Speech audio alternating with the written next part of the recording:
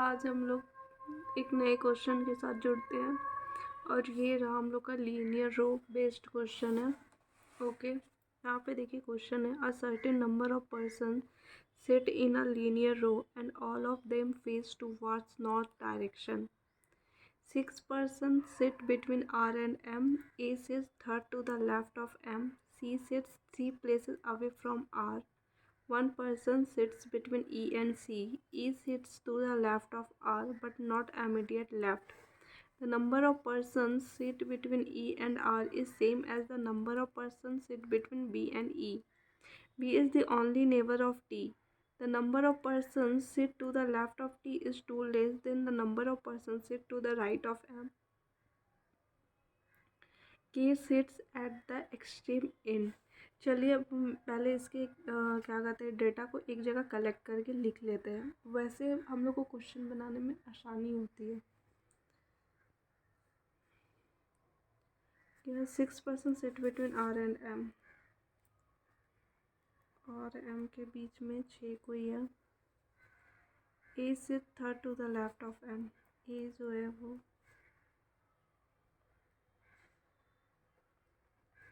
Third left of M है। C जो है वो 3 प्लेसेस अवे फ्रॉम R है।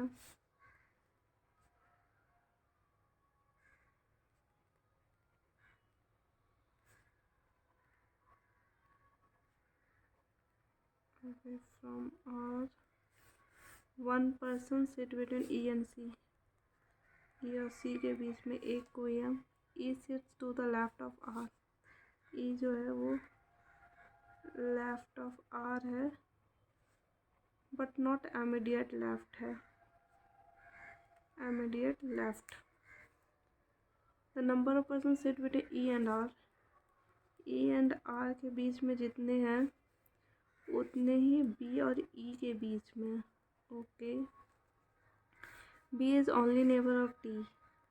B जो है वो ओनली नेबर ऑफ T है। ओके, फिर यहाँ बोल रहा है the number of person sit to the left of T।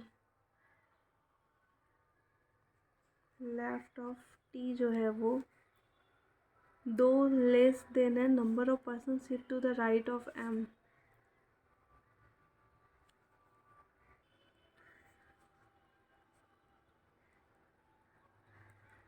Right of M plus 2।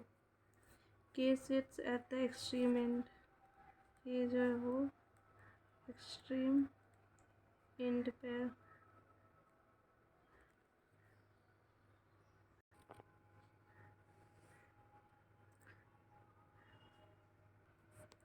चलिए अब हम इसे सॉल्व करेंगे। यहाँ पे बोल रहा है और M के बीच में 6 लोग हैं। और 1 2 3 4 5 6। क्वेश्चन में दिया हुआ है कि सारे लोग नॉर्थ डायरेक्शन में देख रहे हैं, तो R M के बीच में 6 है। M के थर्ड इसमें 2 केस हो सकता है। केस 1 ये हो गया। ओके, और केस 2 ये हो गया। यहाँ पे M को हम लोग यहाँ रख सकते हैं 1 2 3 4 5 6 8 यहाँ पे। ओके, M के थर्ड लेफ्ट में A है। ये आप लोग को तो पता ही होगा, नॉर्थ वाले डायरेक्शन में राइट इस साइड होता है, लेफ्ट इस साइड होता है। तो M के थर्ड लेफ्ट में A है। 1 2 3 A यहाँ पे 1 2 3 A यहाँ पे। ओके, R C जो है वो 3 प्लेसेस अवे फ्रॉम R है। ओके, अब हम लोग यहाँ पे R से 3 प्लेस दूर C है। 1 2 3 C यहाँ हो सकता है। यहाँ पे 1 2 3 C यहाँ हो सकता है। देखिए ऐसे में ना इससे भी एक और केस बन रहा है, इसमें भी एक और केस बन रहा है। तो हम लोग यहाँ पे केस 3 और केस 4 भी लेके चलना होगा हम लोग को, क्योंकि अगर हम लोग नहीं लेंगे तो मे बी गलत हो जाएगा तो हम लोग का बहुत टाइम वेस्ट हो जाएगा। इसलिए हम लोग को एग्ज़ाम में ना केसेस लेके चलने पड़ते हैं।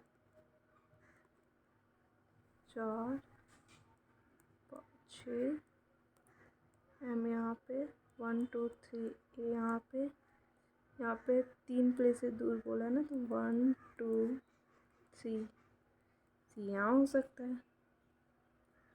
चलिए अब ये सेकंड वाले पे आ रहे हैं हम लोग। 1 2 3 5 6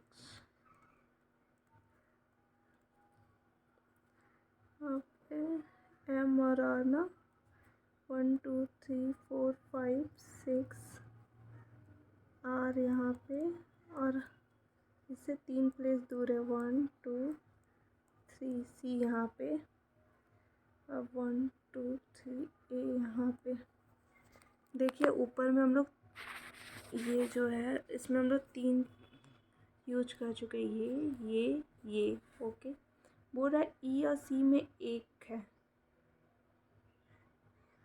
ओके। ई और सी के बीच में एक लोग है, लेकिन यहाँ देखिए लिखा हुआ है साफ साफ आर के लेफ्ट में ई है बट नॉट इमीडिएट लेफ्ट।